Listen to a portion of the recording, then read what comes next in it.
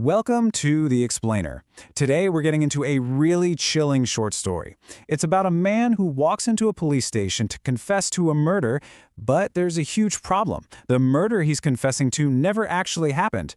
And, well, the man himself is already dead.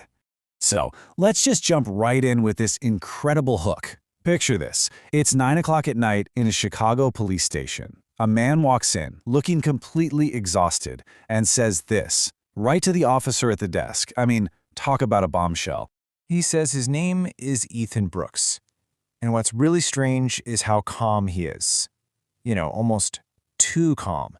He's totally composed and ready to detail what, on the surface, seems like a pretty tragically straightforward case.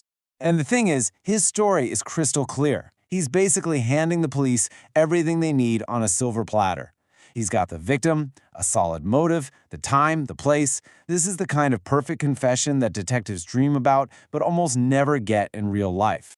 So with a confession this detailed and seemingly rock solid, the police of course don't wait around. A unit is immediately sent to the crime scene, all while Ethan just waits, patiently, right there at the station.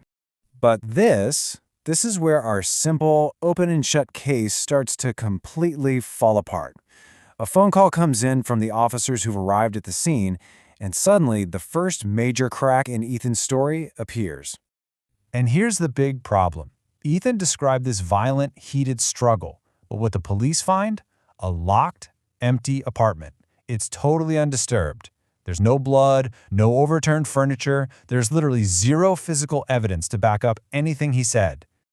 So the officer goes back to Ethan and confronts him, right?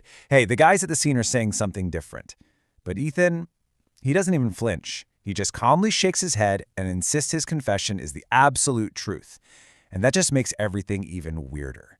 The officer at the station is getting seriously suspicious now.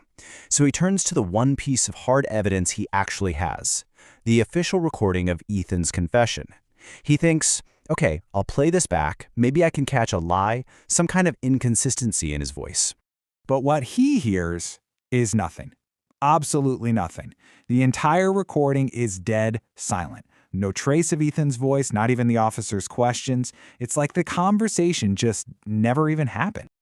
Now, just as the officer is trying to wrap his head around this silent recording, another phone rings. And this call isn't just going to crack the case. It's about to blow it into a million pieces. The call is from a different unit somewhere else in the city. They found a body. And the victim's ID? It's an absolute, total impossibility. The dead man is Ethan Brooks.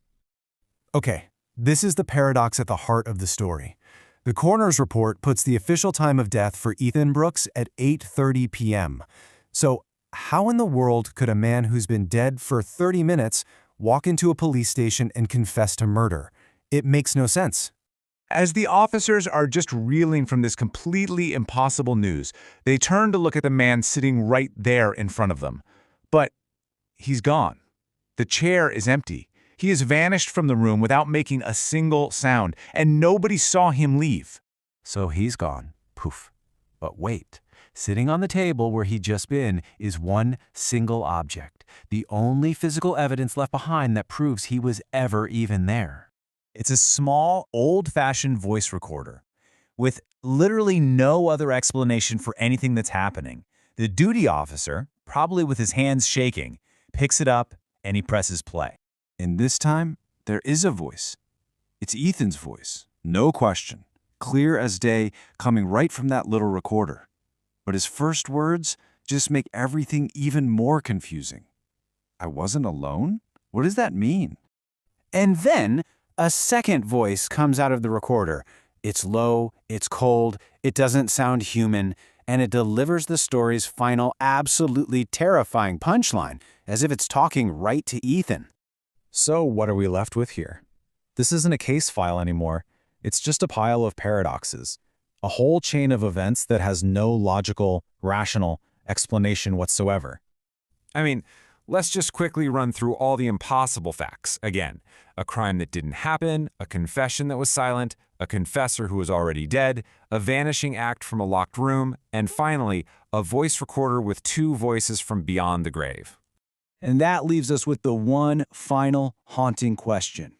If the supposed victim was perfectly fine and the man confessing was already dead, then who, or maybe what, actually gave the confession?